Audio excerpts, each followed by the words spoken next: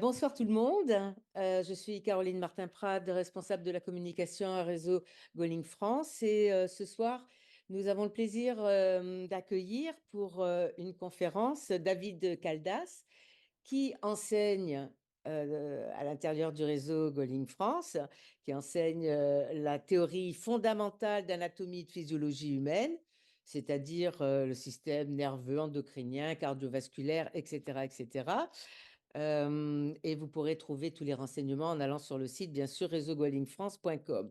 Ce soir, David Caldas, alors d'abord vous le présentez, qui est titulaire d'un DESS spécialité biologie et alimentation.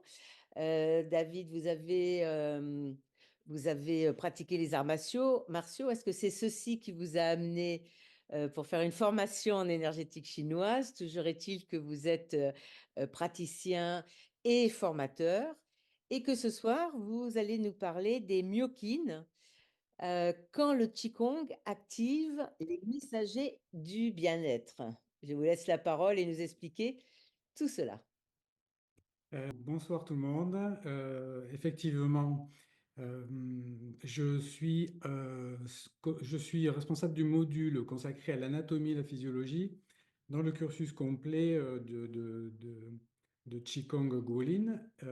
C'est une formation qui est dispensée en e-learning et au sein de laquelle on va aborder euh, tous les systèmes du corps humain et on va aussi faire une petite découverte de la biologie humaine. Voilà, et voir toutes les interactions entre les différents systèmes. Et à la fin de ce module, il y a également une partie prévention, promotion de la santé. Voilà, donc c'est essentiellement e-learning avec des modules et chaque module est l'objet d'un quiz en fin de module. Et à l'issue de la formation, il y a un quiz final qui permet de valider euh, euh, le module en entier et de pouvoir passer à d'autres modules, que ce soit l'énergétique chinoise ou la pratique du Qigong. Très bien, merci pour ce complément d'information. Alors, le thème que vous avez choisi, David, c'est les myokines. Oui, alors j'ai choisi les myokines. On va voir un petit peu, je partagerai là, dans quelques instants, je ferai un partage de diapositives. Les myokines, parce qu'en fait, c'est quelque chose d'assez récent qui a été découvert dans les années 2000 et qui est associé à la pratique de l'activité physique. Et effectivement, le Qigong répond à cette pratique et à la sécrétion de myokines. Alors, ce qui sera intéressant, c'est d'essayer d'identifier ou de comprendre pourquoi la pratique du Qigong peut avoir des effets physiologiques sur tout le corps et pas juste sur l'activité musculaire, le déplacement et la mobilité. C'est vraiment des répercussions sur tout l'organisme. Et donc pour ça, je vais vous faire la présentation là dans quelques instants, mais on va essayer de voir les différents messagers du corps humain, que ce soit les neurones avec les neuromédiateurs, les hormones et les cytokines, dans lesquels on va trouver les myokines. Et vous allez voir qu'en fait, il y a du lien dans tous les sens et que la pratique du Qigong va permettre de travailler tout un tas de choses. Et pas juste faire du mouvement. Il y a plein d'autres choses derrière. Donc, l'idée de cette intervention, c'est de voir un état des lieux de la mise en mouvement du corps, voir un petit peu que peut engendrer la mise en mouvement du corps sur la santé. On va voir les différents messagers qui peuvent intervenir et réguler différentes fonctions. On abordera le sujet du muscle, puisque en fait, en parlant des myokines, ce sont des cytokines qui sont sécrétées par les muscles. Et donc, ces myokines, on va le voir, elles ont différentes propriétés et différents, comment dire, lieux d'intervention. Certaines agiront sur le foie, certaines sur le système euh, musculaire lui-même, certaines sur le tissu adipeux, et on va voir un petit peu les différents modes d'action. Et on fera une synthèse des différents bienfaits des myokines sur la santé, notamment par la pratique du Qigong, mais pas uniquement. Alors, juste pour faire un petit état des lieux, Effectivement, on est dans une société où il peut y avoir des maladies dites civilisationnelles où on va avoir des problématiques cardiovasculaires, des problématiques tendinomusculaires, des problématiques liées à de la fatigue mentale, de l'asthénie, des dépressions, etc. Et en fait, notre mode de vie est un petit peu, oui, et notre alimentation également, et notre mode de vie fait qu'on a des répercussions sur notre organisme qui peuvent avoir des conséquences néfastes. Et en fait, l'ANSES nous indique que 95% de la population française euh, euh, pourrait être exposée à des problématiques de santé par manque d'activité physique, ce qui est quand même énorme. Donc, ça veut dire que concrètement, la pratique du Qigong euh, ou de n'importe quelle activité est bénéfique et nécessaire à notre organisme pour qu'il fonctionne correctement. En fait, nous sommes programmés pour bouger. Euh, Lorsque nous sommes en situation de stress, notre organisme, notre système nerveux sympathique, par exemple, notre système d'alarme, prépare l'organisme au mouvement. Donc au quotidien, il y a plein de moments où notre organisme se prépare au mouvement. Effectivement, si je suis sédentaire, si je suis toujours derrière mon ordinateur, si je bouge pas, je regarde la télé, ben en fait, ça va avoir des conséquences sur notre organisme. Ça, c'est important de le comprendre. Et surtout, ce qui est important de comprendre, c'est que c'est des mouvements que je dois faire au quotidien. C'est pas ponctuellement où je dois me dire, ah, tiens, une fois par semaine, je vais aller faire une activité. C'est pas suffisant. En fait, dans notre quotidien, il faudrait qu'on arrive à mettre tout un tas de mouvements en place. Alors en Chine, par exemple, ça va être le matin où on pratique le Qigong. Ça peut être, je décide de monter un escalier plutôt que de prendre l'ascenseur, ou d'aller en vélo à mon travail plutôt que de prendre la voiture. Voilà. L'idée, c'est que ce soit quotidien. Donc, ce qui est important de comprendre, et on va le voir dans les différents éléments qui permettent d'améliorer sa santé, c'est que le sport, l'activité physique, la pratique du Qigong est une activité qui est utile. Alors, on a quelques phrases, hein, le sport c'est la santé, l'activité physique est un enjeu de santé publique pour les enfants, pour les adultes et aussi pour les personnes âgées. Pour les enfants, c'est développer la motricité, développer l'aptitude à la communication, à l'échange, à la parole. Pour les personnes âgées, c'est préserver l'activité physique, permet de préserver euh, le lien social et permet aussi de maintenir les fonctions cognitives. Donc ça, c'est super important à tout âge, finalement. Euh, donc, tout ça s'inscrit dans une notion qui est importante, c'est la notion de santé. Et la notion de santé, selon l'OMS, c'est assez vaste finalement, parce que c'est pas juste l'absence de maladie, c'est enfin, c'est un état de bien-être à la fois physique, mental et social. Les trois ont leur importance et on va le voir juste la diapositive d'après. Les trois ont leur importance. Et ce qu'il faut comprendre, c'est que cette notion de santé globale, c'est un droit fondamental à toute personne. Donc ça veut dire qu'il faut que dans notre quotidien, chacun de nous puissions avoir accès à cette santé. Et ça passera par différents axes, différents piliers qu'on va voir juste après. Donc ici, sur cette diapo, on présente 7 clés fondamentales de promotion de la santé. Il y en a d'autres, hein, mais c'est 7 éléments importants qu'on retrouve en énergétique chinoise. C'est bien sûr avoir une bonne alimentation, apprendre à bien respirer, puisqu'avec l'alimentation et la respiration, on sera en capacité de fabriquer de l'énergie, fabriquer de l'ATP, fabriquer du qi, plutôt en énergétique chinoise.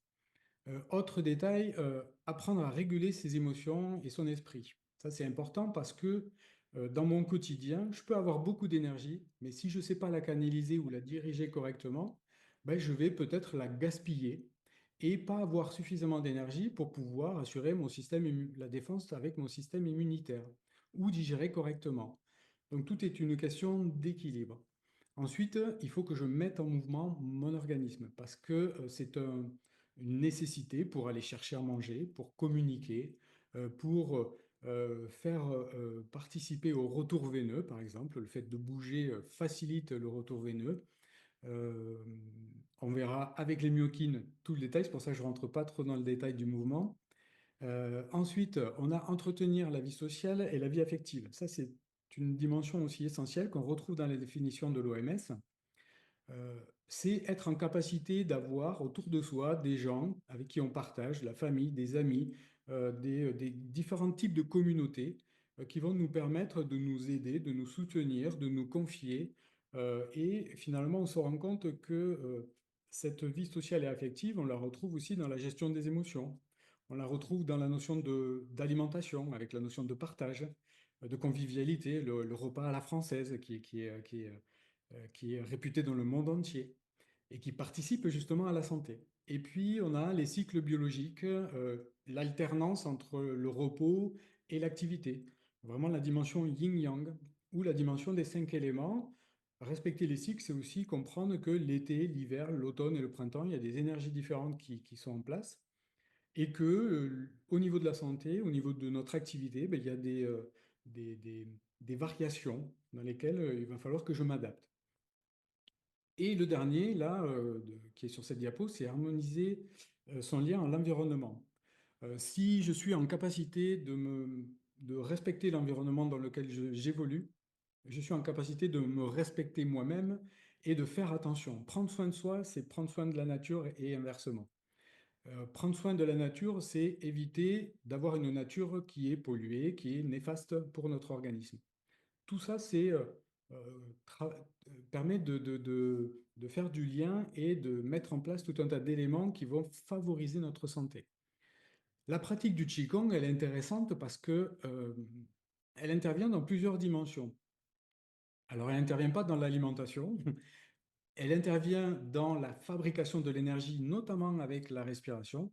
On a beaucoup de pratiques, des mouvements qui sont liés à l'inspiration, à l'expiration. Et donc là, on apprend à canaliser notre respiration. On a aussi tout ce qui est lié à la méditation, par exemple, tout ce qui est méditation du sourire intérieur dans la pratique du Qigong, où on va apprendre à réguler ses émotions. Et notamment, ben, apprendre à réguler ses émotions, c'est apprendre à gérer son stress, c'est aussi stimuler son système immunitaire, puisque effectivement, la méditation du sourire intérieur, c'est une méditation qui permet de stimuler des cellules NK, des natural killers, de notre système immunitaire. Euh, le Qigong va permettre également de mettre en mouvement le corps. Et donc là, mettre en mouvement le corps, on va voir, je ne vais pas rentrer en détail maintenant, on verra tout à l'heure, mais de stimuler la sécrétion des myokines. Ça, c'est important. Et ici, on a tout ce qui va être respect des cycles biologiques et harmonisation avec l'environnement. Effectivement, lorsqu'on est en lien avec l'environnement, ben, quand on pratique le Qigong, c'est intéressant parce que souvent c'est à l'extérieur, souvent. Après, on peut pratiquer le Qigong à l'intérieur aussi, mais voilà, c'est être en lien avec la nature, l'environnement, la beauté du lieu dans lequel on évolue. Et tous ces éléments-là, finalement, participent à améliorer notre santé. Donc, alors, juste avant de continuer sur cette diapositive, effectivement, on verra, Christophe parlera dans une conférence du Qigong à proprement parler. On a Yannick qui parlera d'alimentation. Donc, on voit que tout est lié et que chacun de ces éléments est important. Mais ce qu'il faut préciser, c'est que ce n'est pas juste l'alimentation qui va résoudre tous les problèmes. Ce n'est pas juste la mise en mouvement du corps qui va résoudre tous les problèmes. L'intérêt, si je reviens en arrière, c'est que lorsqu'on a ces 7 éléments ensemble et qu'on peut les travailler, même si on n'est pas parfait sur tout, si on essaie de travailler sur ces différents éléments, on va être en capacité d'améliorer sa vitalité. Alors concrètement, dans la physiologie, il y a une notion qui est super importante, c'est la notion d'homéostasie. L'homéostasie, c'est la capacité qu'a l'organisme à prendre de l'information de l'extérieur, de l'intérieur. Pour ça, on a l'organe des sens, la vue, le toucher, l'odorat, etc., qui sont des éléments qui vont nous permettre de recevoir de l'information, comment je me situe par rapport à l'environnement, qu'est-ce qui se passe autour de moi. Et ensuite, j'ai un centre de décision, donc le système nerveux, qui va être en capacité de choisir de modifier certains critères physiologiques, certains comportements, certaines émotions pour que je puisse m'adapter à mon environnement. L'homéostasie, c'est la capacité donc qu'a l'organisme à maintenir un équilibre. Et l'équilibre, en fait, c'est pas toujours stable, hein. C'est comme le yin et le yang, hein, il y a des variations. Ben, dans l'homéostasie, c'est pareil, il y a des variations. Il y a un critère, par exemple, qui est extérieur, la température extérieure qui change. Mon organisme va recevoir cette information. Je vais m'adapter, donc je vais déclencher la transpiration, je vais ouvrir les pores de la peau, évacuer des liquides organiques pour baisser ma température corporelle. Et donc ça, c'est un mécanisme d'adaptation. Et s'il fait froid, ben, c'est l'inverse. Là, si je sens qu'il y a du froid à l'extérieur, j'ai mon organisme qui va engendrer des contractions musculaires, dégager de la chaleur pour réchauffer mon organisme. Donc ça, c'est une notion d'homéostasie qui est importante pour l'organisme, mais il ne faut pas garder ça comme juste quelque chose de physiologique corporel. L'homéostasie, c'est aussi une homéostasie mentale et émotionnelle. Garder un équilibre, vivre une émotion, vivre la colère, c'est OK, ça fait partie de mon champ lexical émotionnel, mais si cette émotion me submerge, si j'arrive pas à la gérer, ben oui, je peux engendrer des problématiques physiologiques et des pathologies. Donc l'homéostasie, ça va être, du point de vue émotionnel, d'arriver à laisser exprimer les émotions, les accepter, les laisser passer, et puis passer à une autre émotion. Ok. Et tout ça, ça demande de l'énergie, beaucoup d'énergie, à la fois pour changer les mécanismes physiologiques, mais à la fois aussi pour s'adapter du point de vue mental et émotionnel. Et bien sûr, la physiologie nécessite de la communication. L'organisme est très complexe. On a des cellules qui sont des petits organismes, on a des tissus, on a des organes et des systèmes. Donc tout ça, il faut que ça arrive à communiquer, se synchroniser et par rapport à tous les changements qui peuvent se produire à l'extérieur ou à l'intérieur de l'organisme. Donc on a besoin de quoi? On a besoin de messagers. Ces messagers, là, ils vont être de trois types. On aura des messagers qui sont liés au système nerveux, donc on appelle ça des neuromédiateurs. On a des messagers qui sont liés au système endocrinien, qui sont des hormones. Et on a un troisième type de messagers qui sont ni liés forcément au système nerveux, ni liés au système endocrinien, mais qui sont liés à tout type de cellules. Et des cellules qui, de leur propre chef, vont sécréter des messagers qui s'appellent des cytokines. Dans ces cytokines, on va trouver les myokines qui sont intéressantes pour nous, puisque ce sont des cytokines qui vont être sécrétées par des cellules musculaires. C'est pour ça qu'on appelle ça des myokines. Ici, juste un petit rappel, on ne va pas faire un cours d'anatomie sur le système nerveux, système endocrinien. C'est juste pour vous rappeler que le système nerveux, il est à la fois euh, enfin, il est responsable de la régulation, de la coordination, et il est aussi très en lien avec le système endocrinien. Donc ici, le système nerveux, on a des choses sur lesquelles on peut intervenir. On a un système nerveux qui peut être somatique et un système nerveux autonome. On le verra quand on va aborder les muscles, effectivement. Il y a des cellules musculaires sur lesquelles je vais pouvoir avoir une action. Lorsque je pratique du Qigong, je fais un mouvement, je vais agir sur des cellules des musculaires qu'on appelle cellules striées. Et le muscle, il est aussi présent au niveau autour des vaisseaux sanguins, autour de la lumière intestinale, dans le processus de digestion. Et là, on a des cellules musculaires qu'on ne va pas pouvoir contrôler par la pensée et qui vont se réguler par un système nerveux qu'on dit autonome. Okay. Et dans ce système nerveux, par l'intermédiaire des nerfs, effectivement, on va retrouver des neuromédiateurs. Alors, on a par exemple une information qui vient au niveau du système nerveux par les yeux et on va prendre une décision. On a le nerf qui va émettre un influx nerveux et qui va ensuite aller déclencher une action. Et au bout de ce nerf, en fait, on a des synapses. Là, en l'occurrence, ce qui nous intéresse, nous, c'est les synapses chimiques, mais il en existe des synapses électriques. Euh, des synapses chimiques, pourquoi? Parce qu'on parle de messagers, c'est pour ça que j'ai choisi celle-ci. Et ici, au niveau de ces synapses, on a des neuromédiateurs qui vont être sécréter. Ces neuromédiateurs vont ensuite, lorsqu'ils sortent de la terminaison du nerf, de l'axone, on va avoir ces neuromédiateurs qui vont avoir un impact sur la cellule réceptrice derrière. Et donc, elle a des récepteurs à ce neuromédiateur, et ensuite, on va avoir le déclenchement d'une réaction. On verra ça dans la plaque neuromotrice, où là, on a un nerf qui arrive au niveau d'une cellule musculaire et qui va déclencher la sécrétion d'acétylcholine au niveau de la synapse. Et au niveau de la synapse et de la cellule musculaire ensuite, on va avoir des récepteurs à acétylcholine qui vont déclencher un mécanisme en cascade pour engendrer une contraction musculaire. Donc, dans le corps, on a tout un tas de neuromédiateurs. Certains seront des neuromédiateurs activateurs, hein, comme la noradrénaline, l'adrénaline. On en a qui vont être plutôt pour apaiser les endorphines, la dopamine pour enclencher une action. On a donc en quelque chose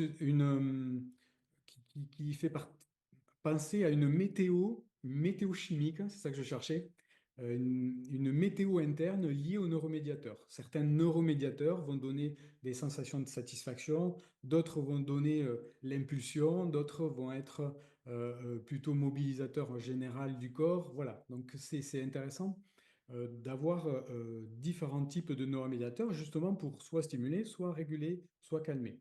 On retrouvera ça aussi au niveau des hormones. Donc justement, le deuxième type de messager, ce sont les hormones qu'on va trouver dans le système endocrinien. Le système endocrinien et le système nerveux sont liés ensemble, notamment au niveau de l'axe hypothalamo-hypophysaire, où on a l'hypothalamus qui va faire le lien entre le système nerveux qui va donner des indications, des actions à mener, et puis derrière, on a le système endocrinien qui va prendre le relais, qui capte une information, et au niveau de l'axe hypothalamo-hypophysaire, on va avoir des sécrétions d'hormones qui vont être source de sécrétion de différents types d'hormones. Donc au niveau de l'hypophyse, il va y avoir des sécrétions d'hormones qui vont aller stimuler des glandes qu'on appelle des glandes endocrines. Donc ça va être la thyroïde, ça va être le thymus, ça va être le pancréas, ça va être les glandes surrénales, les gonades. Et en fait, ces hormones qui vont être sécrétées par l'hypophyse vont elles-mêmes aller faire sécréter des hormones à ces différentes glandes endocrines. Et chacune aura un rôle, des rôles différents. Donc, au niveau des hormones, là, ce qui va se passer, c'est que elles ne sont pas sécrétées par le système nerveux et les neurones, mais là, c'est un autre type de message qui va passer par le système sanguin. Donc, c'est des messagers qui vont être sécrétés par des gonades, par exemple, par le pancréas, par les surrénales, et qui vont être sécrétés dans la circulation sanguine. Et elles auront une diffusion générale dans l'organisme, c'est-à-dire qu'elles vont aller dans la circulation sanguine pour aller chercher des cellules cibles. Une fois qu'elles ont trouvé les cellules cibles, ces hormones, elles vont engendrer une action de régulation, de stimulation, de ralentissement d'une activité, etc. Donc c'est ça qui est intéressant. Au même titre que les neuromédiateurs, on a différents types d'actions, actions stimulantes ou relaxantes. Voilà, je prends l'exemple, on a l'adrénaline aussi, on a l'ocytocine qui est une hormone qui est intéressante parce que l'ocytocine, c'est l'hormone du lien social. On a parlé du lien social, c'était important tout à l'heure. Quand je pratique le Qigong avec des amis, je pratique une activité qui est à la fois bénéfique parce que j'engendre du mouvement, je maintiens du mouvement dans mon corps, je stimule la circulation sanguine, mais aussi je partage quelque chose avec des amis. Et ça, c'est tout à fait bénéfique pour mon organisme et ça prévient notamment les tensions qui peuvent être engendrées par le stress. Donc, le repas que je peux faire avec des amis, c'est intéressant aussi. Faire un câlin, faire la bise, se serrer la main, se congratuler, tout ça, ce sont des hormones, c'est stimulant pour l'ocytocine. Et puis, bien sûr, il y a d'autres hormones qui interviennent différemment. Tout à l'heure, je parlais d'énergie. Quand je fais une activité physique, il faut que j'ai de l'énergie. Et pour ça, il faut que j'ai du glucose disponible. Ben, en fait, le glucagon, par exemple, qui est sécrété par le pancréas, va me permettre d'amener de l'énergie dans mon sang pour que mes muscles soient alimentés. Et lorsque je mange et que j'apporte beaucoup de glucose, ben, il faut que je le stocke, ce glucose. Et là, je vais travailler avec l'insuline, qui va me permettre de faire des réserves pour pouvoir être actif plus tard, lorsque j'ai une dépense énergétique à produire. Donc, vous voyez que le champ de la gestion d'activité physiologique dans l'organisme est assez vaste, aussi au niveau des hormones. Ici, on va ensuite aborder la notion de cytokine. Donc ça, ce sont les messagers plutôt cellulaires qui ne sont pas liés au système nerveux ni au système endocrinien, même si tout ça interagit. Là, c'est différent. Ici, une cytokine, ce qui est intéressant, c'est que c'est une cellule qui va la sécréter pour envoyer un message. Alors, au même titre que les hormones et les neuromédiateurs, soit de stimulation, de régulation, de ralentissement, d'activité physiologique. Mais ici, les cytokines, elles vont avoir besoin d'une stimulation.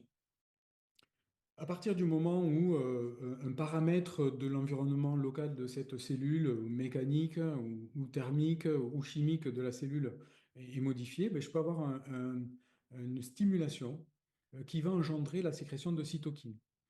Souvent, les cytokines, on les associe à une régulation du système immunitaire, mais on verra que ce n'est pas uniquement ça.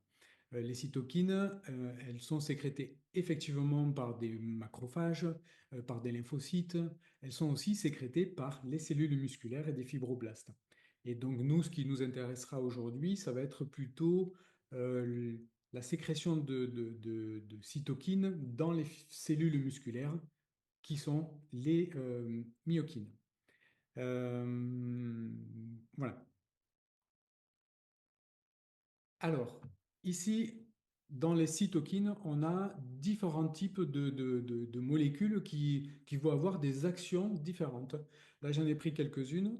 On a par exemple les interleukines qui sont chargées de la communication au niveau du système immunitaire. On a des interférons qui, eux, sont plus chargés, toujours dans le système immunitaire, mais chargés plutôt d'une activité antivirale. Ils vont ils vont bloquer l'activité mitotique des cellules qui sont infectées. Par exemple, c'est pour bloquer la reproduction des virus.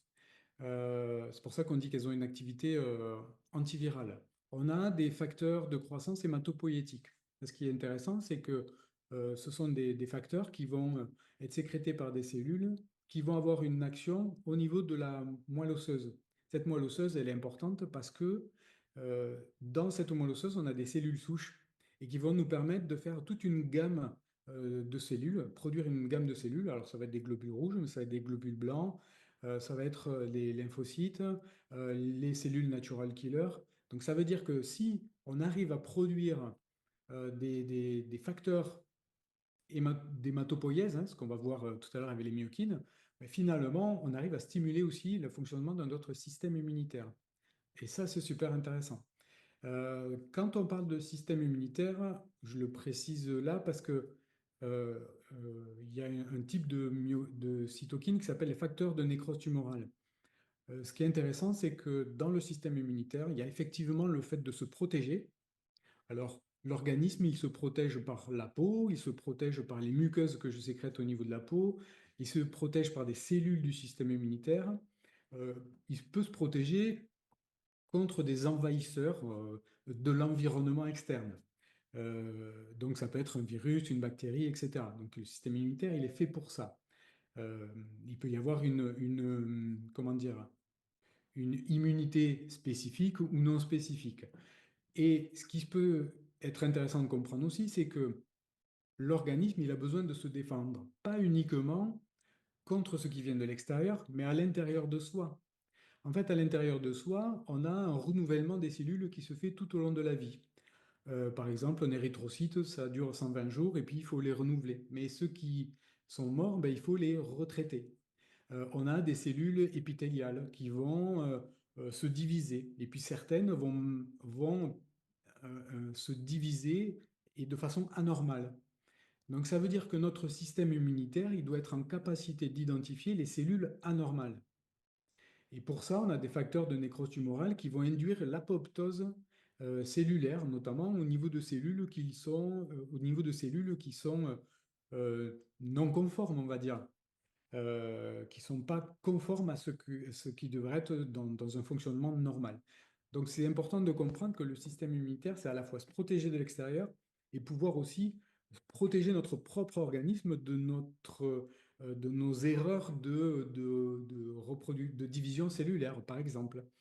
Et donc là, on a des facteurs spécifiques pour ça qui induisent des morts cellulaires. C'est-à-dire, on identifie une cellule, elle n'est pas correcte, hop, on induit la mort cellulaire. On a des chimiokines aussi qui sont intéressantes parce que lorsque je fais une activité physique, que j'ai des fibres musculaires qui sont abîmées, ben, il va falloir que je répare tout ça. Il va falloir que je recrute des cellules pour apporter une réparation. Lorsque je me coupe, c'est pareil. Il va falloir que j'assure la protection du site qui est ouvert, où je me suis coupé, protéger contre les envahisseurs extérieurs, mais aussi stimuler la sécrétion,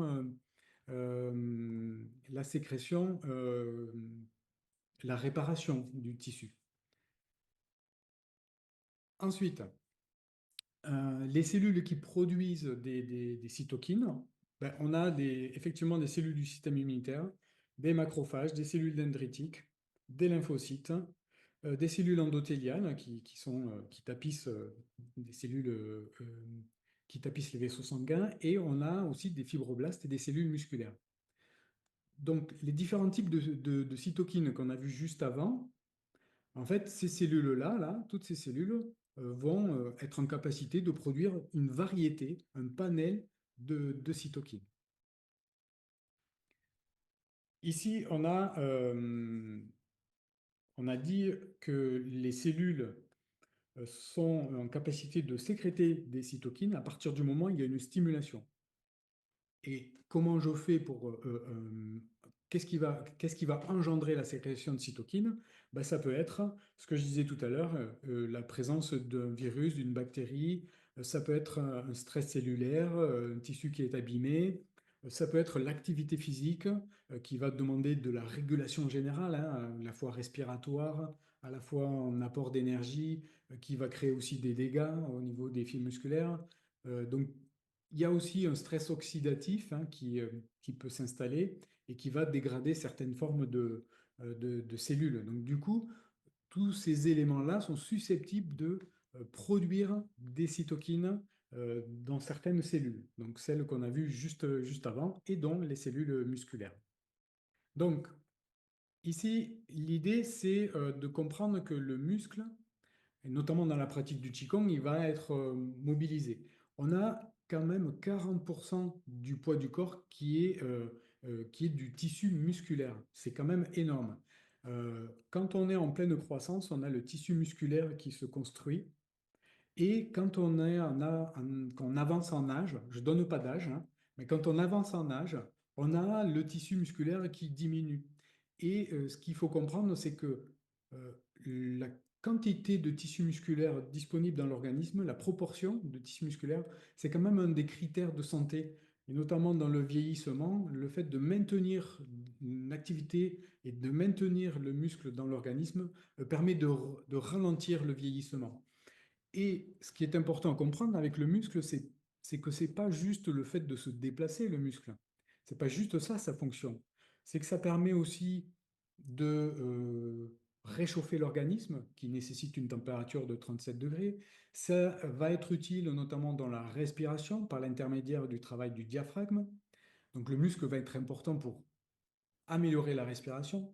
Il va être important, le muscle aussi, dans la circulation sanguine, notamment par le myocarde, bien sûr, mais aussi par le retour veineux. Il va être finalement intéressant dans tout un tas d'activités, et pas juste le déplacement. C'est pour ça que souvent on résume le muscle au déplacement, mais c'est pas que ça. Euh, et ce que je disais en début d'intervention, c'est qu'effectivement, dans le muscle, ben, on va avoir deux types de muscles. On va avoir le muscle qu'on va pouvoir mobiliser par l'intention, donc avec le système nerveux somatique. J'enclenche du mouvement, je déclenche le mouvement, ça c'est l'action volontaire. Et puis, il y a tout le système musculaire lisse sur lesquels, là, je n'ai pas trop d'intervention, mais qui ont des activités diverses et variées, notamment digestives, par exemple. Donc, on a ce pourcentage de muscles, finalement, qui ont des rôles importants et qui, finalement, va être un critère important pour notre santé et notre vitalité. Un détail, hein, mais le fait de bouger, le fait de mobiliser son organisme, c'est ultra important, pas juste pour se déplacer, pour aller chercher de la nourriture ou pour bien respirer ou pour bien digérer. euh, c'est aussi important pour notre activité mentale et notre système nerveux central. L'absence de sollicitation, l'absence de déplacement, l'absence de mobilité, la sédentarité a des conséquences sur le développement de nos connexions entre neurones, la plasticité neuronale par exemple. Et donc, quand on est enfant, le fait de se déplacer, de bouger, va permettre de créer des circuits qui vont être importants pour notre système nerveux, nous permettre de nous situer dans l'environnement, nous permettre de communiquer, d'échanger, d'interagir avec l'environnement et développer notre esprit, la cognition. Donc, on voit que l'activité physique, le mouvement, mais ça commence déjà in utero, hein. In utero, l'enfant bouge dans le liquide amniotique et c'est pas pour rien, c'est pour commencer à développer les connexions neuronales et la synchronisation, etc. Et on le voit bien hein, avec l'avancée en âge aussi, c'est que le fait de moins bouger, ben, ça commence à être difficile au niveau du déplacement, au niveau de l'équilibre. On verra aussi que c'est important pour l'ostéoporose, hein, mais dès que je commence à faire du mouvement, c'est bénéfique pour ma santé. Donc là, ici, juste pour resituer, hein, j'ai un petit tableau où on a les différents types de muscles. On a les muscles lisses, on a vu hein, qui tapissent les intestins, les vaisseaux, les bronches. On a les muscles cardiaques, qui lui est un muscle strié, mais qui n'est pas contrôlable par la pensée. Voilà, il faut faire de la méditation, mais disons que le muscle cardiaque est un muscle à part. Il est strié, mais pas volontaire. Et ensuite, on a tous les muscles du squelette appendiculaire, donc les bras, les jambes, du tronc, du thorax, etc., qui vont être, eux, des muscles squelettiques. Pour fonctionner, ces muscles, ils ont besoin de glucose et d'oxygène. Et à partir du glucose, ben, en fait, et de l'oxygène, on va produire de l'ATP, on va produire du chi, de l'énergie, mais aussi de la chaleur. Et on va produire bien sûr des déchets qu'il va falloir éliminer. Donc ça veut dire que vous verrez dans les différents effets des myokines, on va se rendre compte qu'elles interviennent dans le métabolisme des lipides, des glucides, justement pour préparer l'organisme à avoir suffisamment d'énergie. On verra les différents types de myokines et savoir comment elles interviennent. Donc ici, les myokines, ce qu'il faut comprendre, c'est que ce sont des, plutôt des protéines qui vont être sécrétées par des cellules lorsqu'il y a une stimulation, et en l'occurrence, comme on est sur des cellules musculaires, lorsqu'il y a une activité physique. Okay. Et donc ces substances solubles, on va voir, elles peuvent agir soit en local, soit en périphérique, soit sur tout l'organisme. On va voir les différents types de sécrétions. Et elles vont intervenir aussi dans la régulation, comme les hormones et comme le système des neuromédiateurs. Euh, les myokines, alors elles ont été découvertes que récemment finalement, dans les années 2000. Pourquoi elles ont été découvertes assez tardivement? Ben, tout simplement, c'est que à l'inverse des hormones, les hormones, vous savez, on peut les sécréter. Il y a un taux d'hormones spécifique qui peut varier en fonction, par exemple, des cycles, en fonction des humeurs, etc. Donc, il y a des variations au niveau hormonal. Là, les myokines, comme on a dit que c'était des, des, des cytokines qui étaient sécrétées que lorsqu'il y avait un stimulus, eh ben, en fait, elles ne sont pas toujours présentes, pas toujours identifiables. Et donc, c'est vrai que c'est pour ça, ça a freiné un petit peu la découverte des myokines. Et ben là, on a la première qui a été découverte, c'est l'interleukine, numéro 6. On va le voir tout à l'heure dans ses différentes fonctions. Et on a également donc, une autre myokine là, donc, qui a été découverte puis en 2012, c'est l'irisine. C'est- Elle aussi, on va l'aborder tout à l'heure, mais c'est une myokine qui intervient justement dans la prévention de l'obésité, notamment la transformation des cellules adipeuses blanches en cellules adipeuses brunes. Et à ce jour, en fait, il y a près de 650 myokines qui ont été identifiées. Mais finalement, comme c'est quelque chose d'assez récent, vous imaginez que la découverte de ces molécules-là et surtout la découverte de leurs effets sur les différentes structures de l'organisme, c'est assez complexe parce que finalement, les myokines, ça n'a pas un impact que sur le muscle, ça a un impact général. Donc vous comprenez que c'est assez vaste comme sujet. Et les neurones, les neuromédiateurs et les hormones, ça fait un peu plus longtemps qu'on les étudie. Alors, tout à l'heure, j'ai dit qu'elles avaient des actions sur différents lieux au niveau des myokines. Alors, on peut avoir des actions qui soient euh, purement locales. C'est-à-dire que lorsque je pratique une activité physique, lorsque je fais un mouvement de Qigong, bah, en fait, je vais, bah, par exemple, travailler sur l'ouverture des bras. Ben, en fait, ici, au niveau des cellules qui vont être mobilisées pour faire ce mouvement-là, je vais avoir une sécrétion de myokines. Et ces myokines, elles vont avoir une action sur la cellule musculaire qui fait l'action, d'accord? Qui fait le mouvement. Euh, et elles vont permettre ben, voilà, la synthèse de protéines dans la cellule elle-même. Donc, concrètement, comment ça se passe? Je fais un mouvement, il y a une stimulation dans cette cellule musculaire, il y a une expression du gène qui va coder pour la myokine. Cette myokine va avoir une action dans la cellule elle-même pour fabriquer des liens entre par exemple, des fibres musculaires avec l'actine et la myosine, qui sont des fibres qui vont se chevaucher et créer justement la contraction musculaire. Donc en fait, dans la pratique d'une activité, je stimule à l'intérieur même de cette cellule la création de fibres musculaires. Et donc, c'est ça qui est intéressant. C'est une première étape. Deuxième étape, et ça peut être aussi stimuler la réparation des fibres qui auraient pu être détruites dans la cellule qui a fait le mouvement. Ensuite, on a un mode d'action qui est dit paracrine. Paracrine, c'est toutes les cellules musculaires qui sont autour d'une cellule musculaire qui a été mobilisée. Ben, en fait, je vais, pareil, commencer à donner de l'information à ces fibres, à ces cellules musculaires pour dire, ben voilà, préparez-vous à activer la synthèse de protéines qui vont permettre la contraction. On va avoir un renforcement finalement du muscle général par une action de proximité. Je dis aux autres cellules musculaires, allez, on s'y met là, tout le monde se met à l'activité physique et je mobilise les ressources pour ça. Et donc, quand je mobilise les ressources, je vais chercher aussi à améliorer l'afflux d'oxygène, l'afflux de nutriments.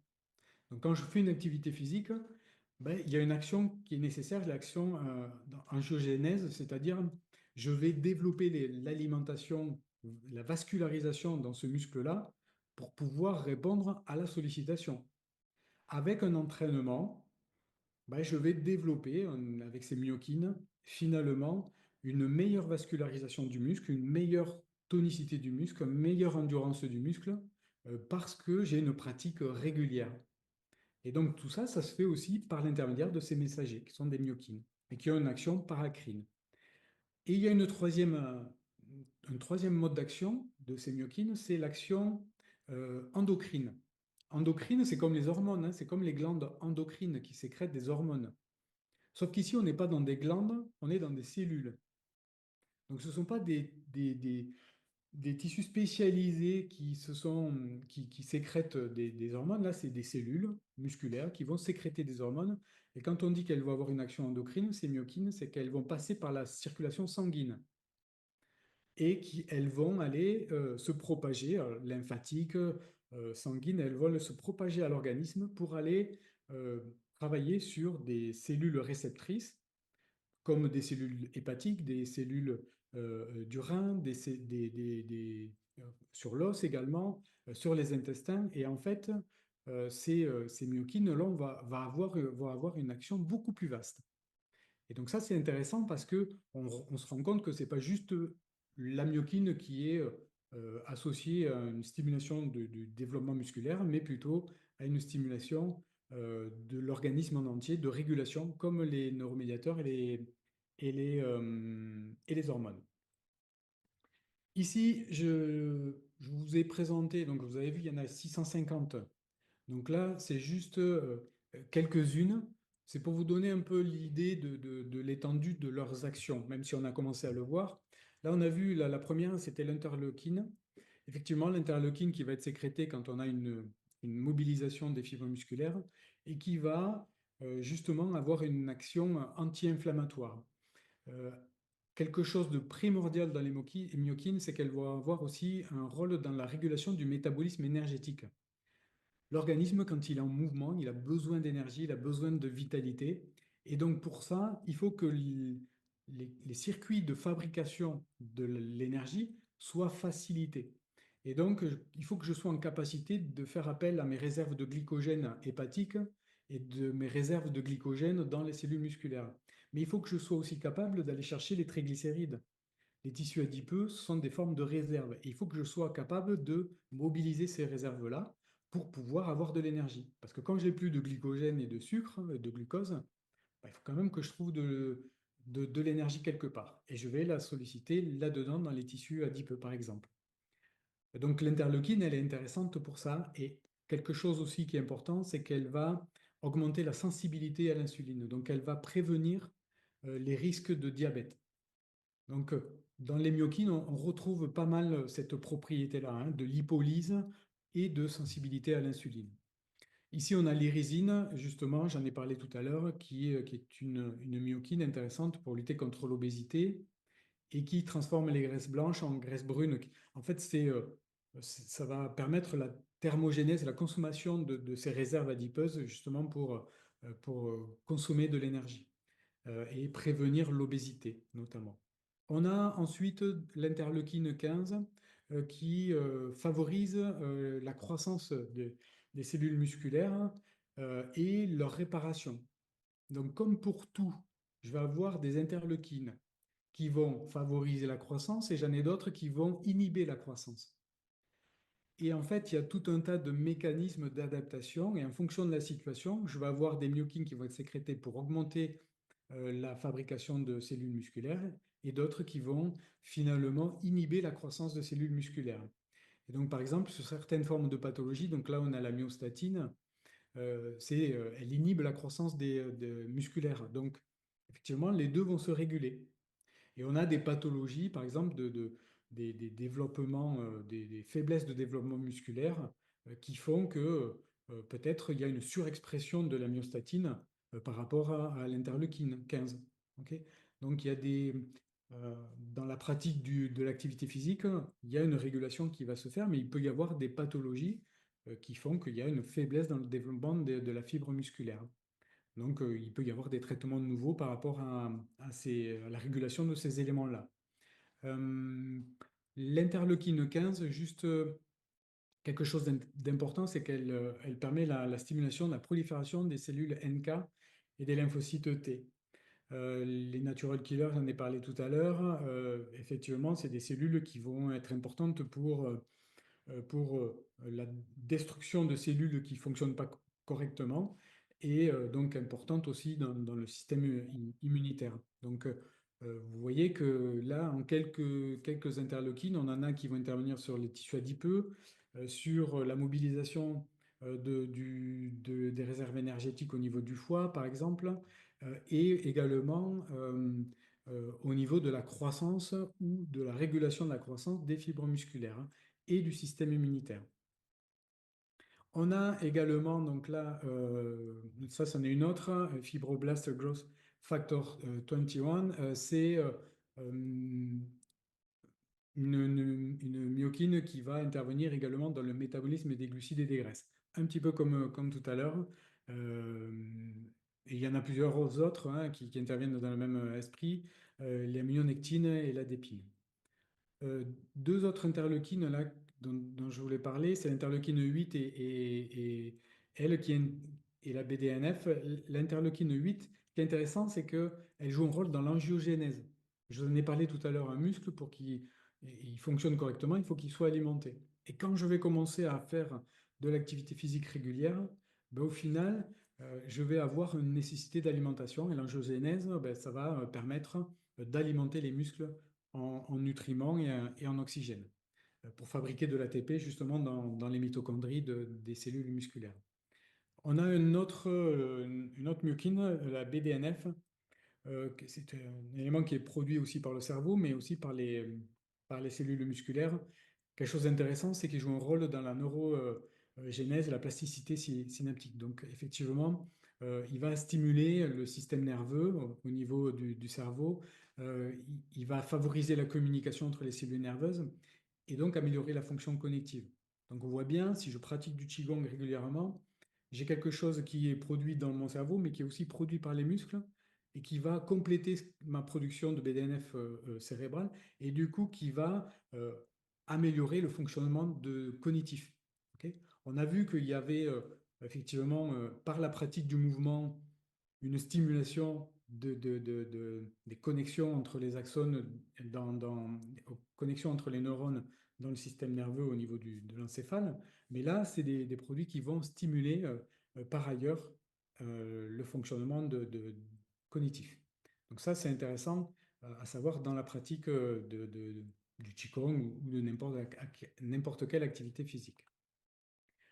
On a ensuite les interleukines, là on est plutôt sur le système immunitaire, qui sont aussi sécrétées par les cellules musculaires. Et effectivement, ben, comme pour tout, on va en avoir qui vont être responsables qui vont être plutôt anti-inflammatoires.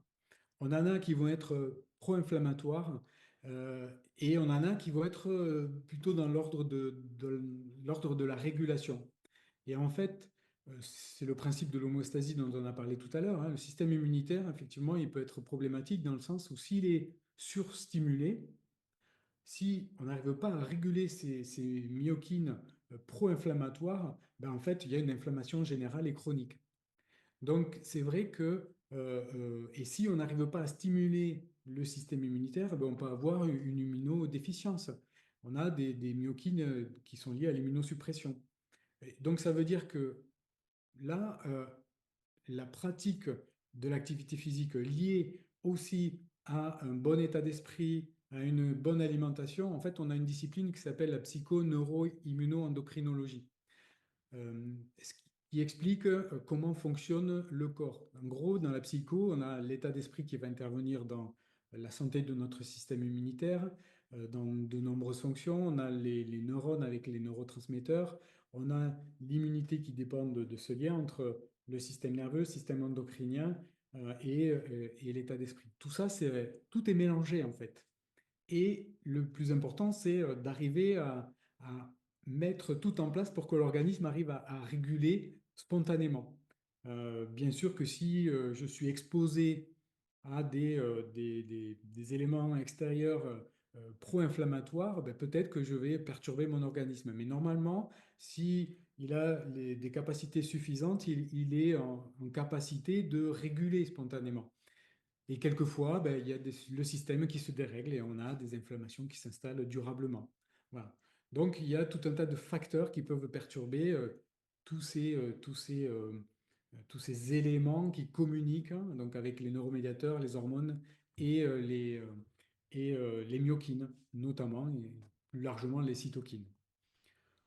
Donc voilà, juste pour finir, pour vous faire un petit résumé de l'impact finalement que peut avoir la pratique d'une activité physique régulière et notamment le Qigong, parce que je le redis, le Qigong, il intervient sur l'état d'esprit, sur la gestion du mental, sur le lien aux autres avec l'activité sociale, sur la respiration, sur l'activité musculaire, sur la circulation sanguine. C'est vraiment une activité qui est ultra intéressante et très complète, au même titre que le yoga, hein, par exemple. Mais là, bon, on est plus c'est plus le Qigong qui nous intéresse, mais c'est des effets qui sont bénéfiques parce qu'ils interviennent sur plusieurs axes de la promotion de la santé. Et donc, effectivement, on va avoir des répercussions sur le système nerveux, sur l'état émotionnel, sur la régulation de ses émotions, sur la qualité de son sommeil, sur sur la prévention du diabète, la prévention de l'ostéoporose, sur le renforcement du système immunitaire, sur l'amélioration de la circulation sanguine et lymphatique. Donc vous voyez que finalement, il y a un intérêt fort à mettre en place dans son quotidien finalement quelque chose de, de l'ordre d'une routine pour que tous les jours, je puisse faire du bien à mon organisme et lui permettre de préserver sa santé et sa vitalité sur le long terme. Voilà. Et pas juste le moment où je me dis, allez, là, pendant une semaine, je vais me mettre au sport. Non. Voilà, l'idée, c'est que ça devienne quelque chose de normal, de routinier. C'est un mode de vie. Au même titre que, par exemple, un surfeur qui va tous les matins, tout au long de sa vie, faire du surf connecté aux éléments, c'est une routine, ça fait partie de sa vie. Ben, nous, c'est pareil. Par l'intermédiaire du Qigong, si je le fais au quotidien, les bénéfices sont énormes. Juste pour finir, euh, en 2024, il y a la semaine du muscle qui a été labellisée grande cause nationale. Donc, c'est ben aussi les institutions participent à la promotion, alors pas forcément du Qigong, mais de toute forme d'activité physique. On sait que l'activité physique dépend aussi de l'éducation, dépend aussi de certains déterminants sociaux. Donc, il faut faire la promotion de l'activité physique à tout âge et tout au long de la vie. Et là, vous avez quelques sites de référence, la FM Téléthon, un site consacré aux muscles, un site qui fait le lien avec l'Institut de myologie. Myologie, c'est l'étude du muscle et qui est intéressant aussi pour aller un petit peu plus loin. Voilà, donc globalement, c'était assez dense. L'idée, c'était, bon, quand on a envie de dire plein de choses, on va vite. J'espère que j'ai été assez clair. Et en gros, il n'y a pas besoin d'être spécialiste, éducateur sportif pour se mettre en mouvement. Il n'y a pas de dépenses particulières pour se mettre en mouvement. Je peux faire jouer au ballon, je peux marcher, je peux jardiner, je peux marcher et discuter avec des amis, c'est gratuit, ça fait du bien. Et donc, l'essentiel, c'est de se mettre en mouvement, sachant tous les bénéfices que ça peut apporter à l'organisme. Voilà, merci de votre attention. Et puis après, je laisse la parole à Caroline. Merci beaucoup, David, pour cette conférence très intéressante sur ce fonctionnement physiologique. Alors, je rappelle pour les personnes qui sont là, hein, si elles veulent approfondir leurs connaissances, et notamment sur l'anatomie et la physiologie humaine. On a vu à quel point ça vous passionnait, David, et ça sera donc un grand plaisir de pouvoir suivre cette formation. On a toutes les infos, bien sûr, sur le site réseaugoalingfrance.com. Oui, ce module, c'est pas uniquement un module d'anatomie-physiologie. L'idée, c'est de faire du lien avec alors, bon, j'ai une formation énergétique chinoise aussi, donc c'est de faire du lien. Voilà, j'en ai pas trop parlé, mais c'est de faire du lien avec le Qi, le Yin-Yang, les cinq éléments, et la pratique du Qigong finalement. Parce que ben, des personnes qui vont enseigner le Qigong, c'est bien aussi d'avoir l'intention, c'est-à-dire comprendre ce que je fais, c'est intéressant. Je fais un mouvement, je demande de faire un mouvement, je sais que je travaille sur tel méridien, mais savoir que je stimule en même temps des myokines qui vont me permettre d'améliorer le fonctionnement cognitif, c'est génial. Je multiplie l'effet de mon Qigong par 10, par 100. Voilà. C'est ça qui est intéressant avec ces modules-là. C'est une information complémentaire. Et après, on n'est pas obligé de connaître tout ça pour pratiquer le Qigong et en retirer des bénéfices, hein. Mais voilà, moi j'aime bien comprendre ce que je fais. Et donc c'est aussi pour ça que j'aime bien cette formation-là. En tous les cas, la prochaine conférence, il y aura une conférence au mois de juin. Mais la prochaine conférence, c'est le jeudi 24 avril à 20h30 avec Christophe Cadenne. Je pense que tout le monde le connaît, mais je précise que c'est le créateur du réseau Goling France et le formateur en Goling Qigong. Et justement, le thème sera sur le nouveau Qigong de Goling, qui est une véritable thérapie du cancer. Je vous invite, comme à chaque fois, à communiquer sur les conférences et notamment sur le Golin Qigong autour de vous par tous les moyens que vous puissiez avoir, que ce soit sur les réseaux sociaux, que ce soit par des mailings, en tous les cas, pour que ce Qigong soit connu en France et que de plus en plus, on peut l'intégrer dans justement le traitement contre le cancer. C'est donc tout à fait l'objectif du réseau Golling France. Et cette conférence de Christophe Cadenne pourra permettre à des gens, si vous avez dans votre entourage des personnes qui sont malheureusement atteintes du cancer, ou des personnes qui ne sont pas atteintes du cancer, mais qui sont avec ou entourées de personnes atteintes du cancer, c'est vraiment très important que l'on puisse connaître ce nouveau Qigong et cette conférence que vous présentera donc Christophe Cadenne le 24 avril. Et puis l'autre conférence au mois de juin, je suis désolée, j'ai la date qui m'échappe, mais vous la retrouverez bien sûr sur réseaugoalingfrance.com dans l'onglet Activités. Voilà. David, merci beaucoup. Merci pour votre écoute. Au plaisir d'une prochaine conférence, pourquoi pas, avec grand plaisir. Merci à vous toutes et à vous tous de votre présence ce soir. Et c'est avec plaisir que nous vous accueillerons donc pour la prochaine conférence du réseau Goaling France. Bonne soirée à Bonne tous. soirée. Au revoir.